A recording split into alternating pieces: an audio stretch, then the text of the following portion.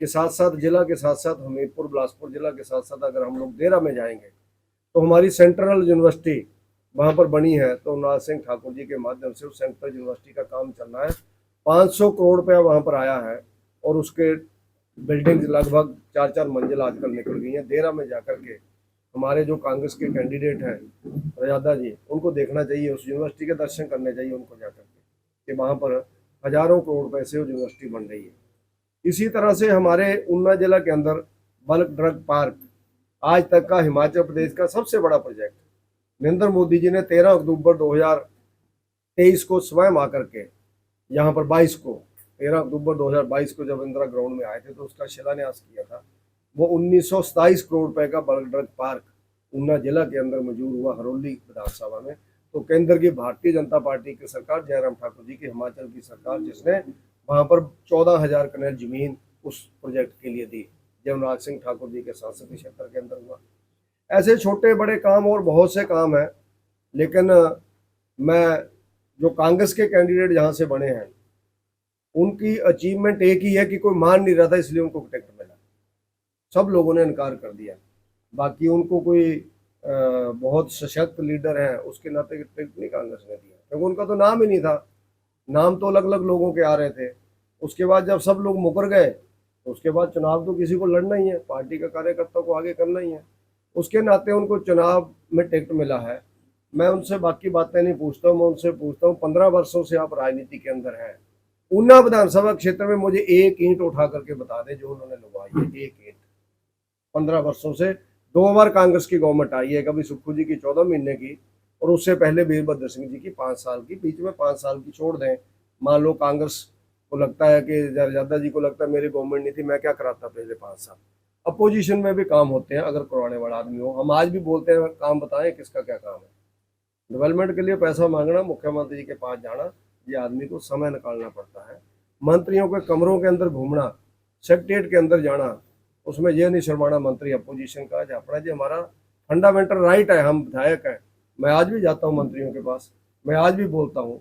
मैं उनसे पूछता हूँ पहले 14 महीनों में ऊना के अंदर रुका हुआ कॉलेज की बिल्डिंग क्या कभी आपने एक बार भी कोई चिट्ठी दी मुझे दिखाएं तो बिल्डिंग का पैसा आना चाहिए। ऊना के अंदर शहर के अंदर +2 स्कूल बॉयज का जिसका 8 करोड़ का एस्टिमेट बीजेपी ने बनाया था और 3 करोड़ बीजेपी के टाइम पर मिल चुका, अभी ठेकेदार का 3 करोड़ बकाया है। बिल्डिंग बीच में फंसी है। एक बार भी वो चिट्ठी बता दें अपनी गवर्नमेंट में उन्होंने शिक्षा मंत्री और मुख्यमंत्री जी को कभी दी। ऊना ITI की बिल्डिंग का 12 करोड़ 63 लाख रुपए हमने मंजूर कराया था, मैक्सिमम बिल्डिंग बन गई। वहां पर लिफ्ट नहीं लगी, 14 महीने में एक 19 साल के बच्चे की मौत होगी वहां गिर करके। क्या कभी उन्होंने जाकर के देखा कि उस लिफ्ट को लगाना चाहिए?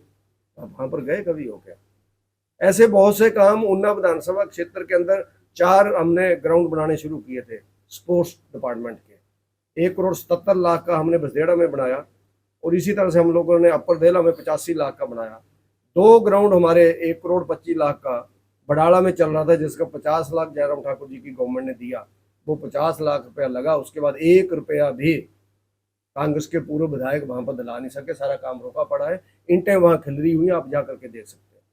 जलग्रां के अंदर हम लोगों ने लगभग 90 लाख रुपए का ग्राउंड बनाना शुरू किया था।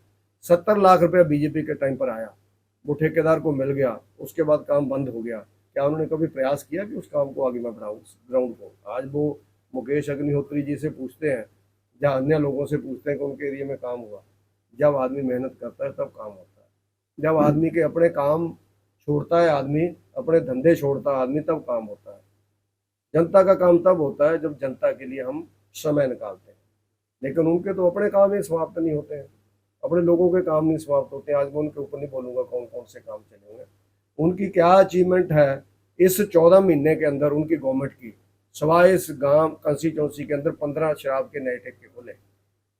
लॉटरी जो पंजाब के अंदर निकलती है वो महत्वपूर्ण में उन्हीं की पार्टी का पदाधिकारी वहां पर लॉटरी चलाता है। मैं नाम भी बोल दूंगा, अगली मीटिंग में नाम बोल दूंगा।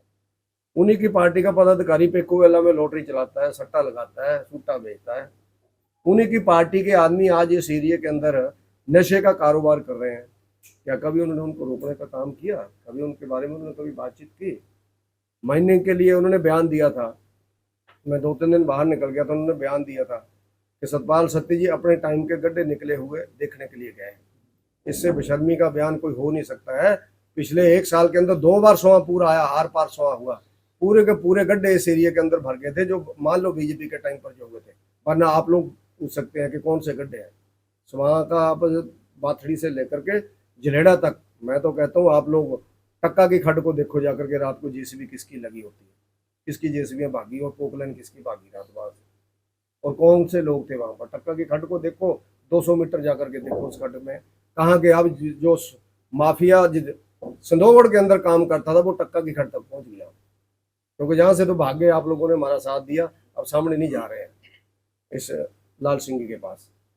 ये है उनकी अचीवमेंट्स पिछले 15 वर्षों की उन्नाव विधानसभा में राजनीति की।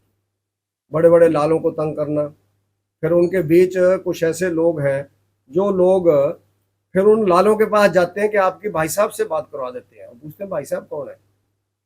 ये भाई साहब हमने बॉम्बे में सुने थे, जब गावली वगैरह के नाम आते थे, भाई साहब से बात करवा देते हैं। तो वो उनसे बात करते हैं कि आपकी बात करा देते हैं भाई साहब से, उसके बाद काम आप जो मर्जी करो। ये कौन सी राजनीति चली है। अगर ऐसे लोग नहीं जाते हैं तो कसम वो भी खा जाए मंदिर के अंदर, मैं भी ले चलूंगा कि मैं मानता हूँ कि जहाँ लोग बोलते हैं, अलग अलग जगह पे कर्मचारी बोलते हैं कि जी आपको उनसे मिल लेना चाहिए अगर आपने जहाँ पर रहना है। भैया कौन सी परंपरा है जहाँ पर कर्मचारी को रहना तो एमएलए को मिलना को जरूरी है, और महिलाओं को जाना वहाँ को जरूरी है। ये यानी इस 15 साल की राजनीति का इतिहास है उनका। यहाँ का विकास की राजनीति छोड़ो, लेकिन जहाँ पर उनके बंदे ही शराब वाले को छुड़ाने के लिए पकड़े गए और उनकी गाड़ी पकड़ी गई, ये उनकी अचीवमेंट है। पिक्खू बेला के अंदर नहीं पकड़ी गई तो आप पत्रकारों ने उसकी फोटो भी लगी थी उनकी गाड़ी की, वहां पर पुलिस